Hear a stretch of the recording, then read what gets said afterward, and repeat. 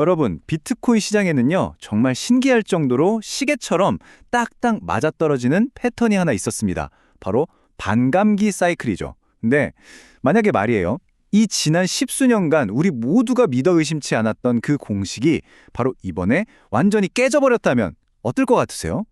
네, 바로 그 질문이 오늘 우리가 할 이야기의 핵심입니다. 세상에 어떤 자산이 아예 처음부터 코드 안에 나 이때쯤 한번 경제적으로 충격을 줄 거야 라고 예고해 두는 게 있을까요? 비트코인이 바로 그런 녀석입니다. 아주 의도적으로 설계된 공급 충격, 이게 비트코인의 심장이라고 할 수 있죠. 자, 그럼 이 반감기가 뭐냐?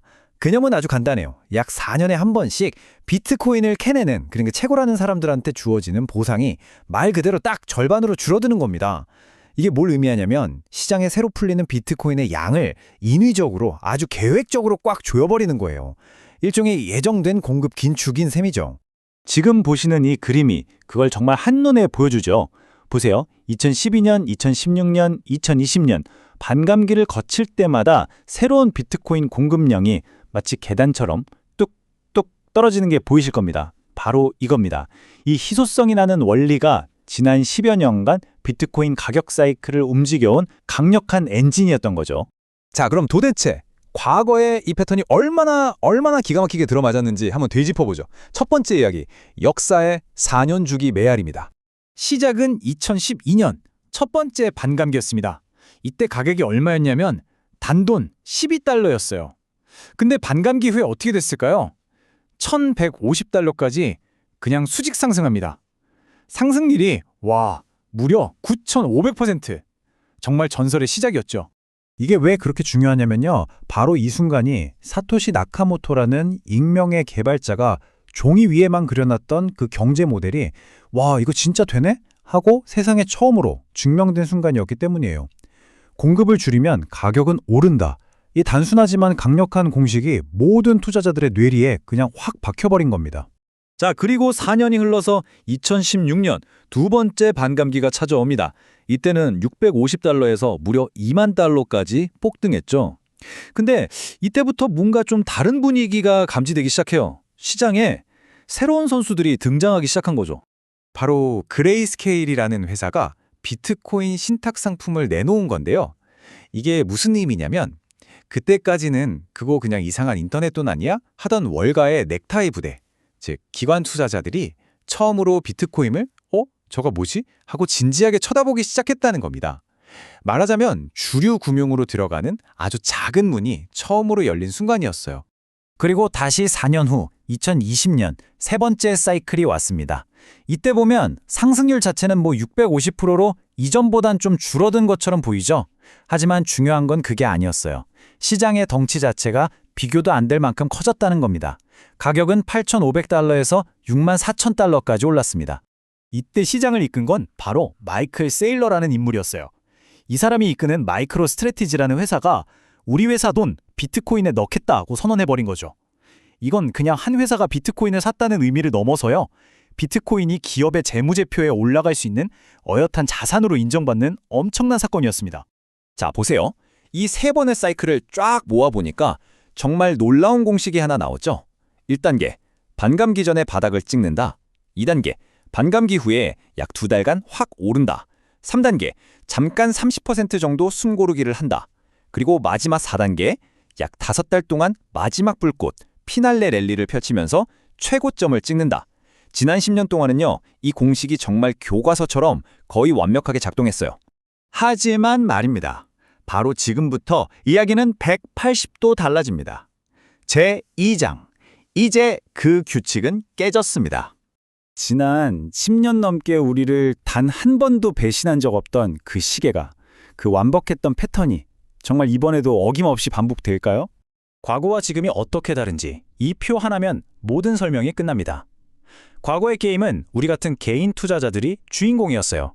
근데 지금은요, 월스트리트의 거대한 기관 자본이 주인공입니다.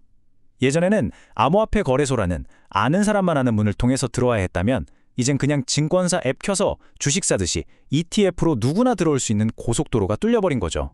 그리고 그 고속도로를 뚫어버린 역사적인 사건이 바로 이겁니다. 2024년 미국에서 현물 비트코인 ETF가 드디어 승인된 것. 이건 그냥 뭐 호재 하나 터졌다 이런 수준이 아니에요. 이건 말 그대로 시장의 판 자체를, 게임의 룰 자체를 바꿔버린 진짜 게임 체인저였습니다. 이 차트 한번 보세요. ETF가 승인되자마자 돈이 들어오는 속도가 보이시나요?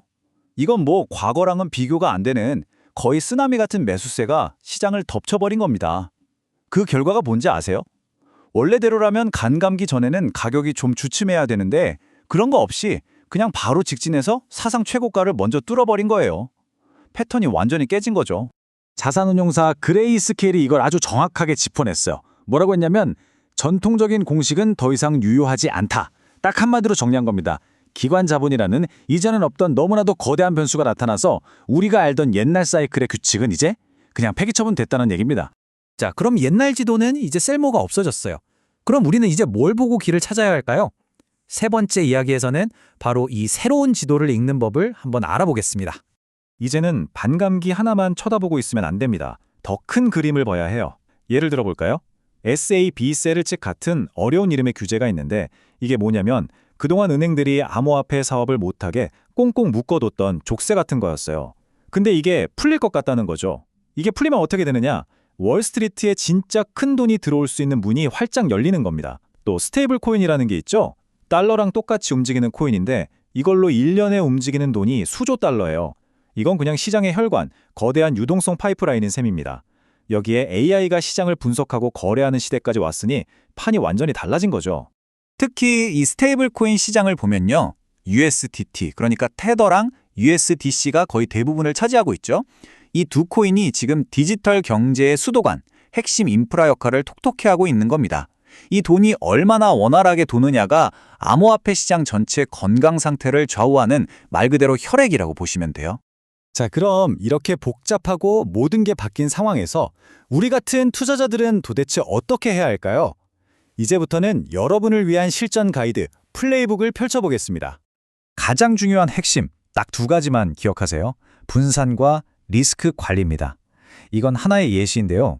공격적으로 비트코인 30%, 이더리움 20%를 담고 동시에 시장이 흔들릴 때를 대비해서 스테이블 코인 30%와 현금 20% 같은 안전자산을 든든한 방패로 삼는 거죠.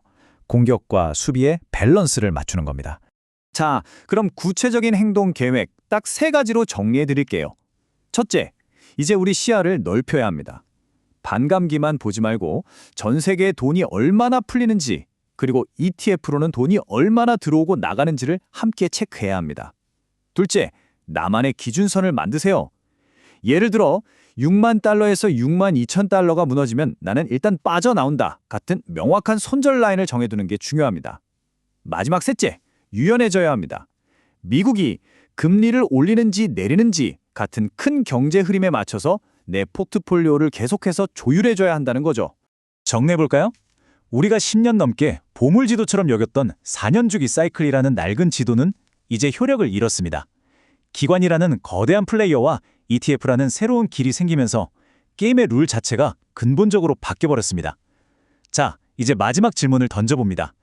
이 완전히 새로워진 게임의 판 위에서 여러분은 플레이할 준비가 되셨습니까?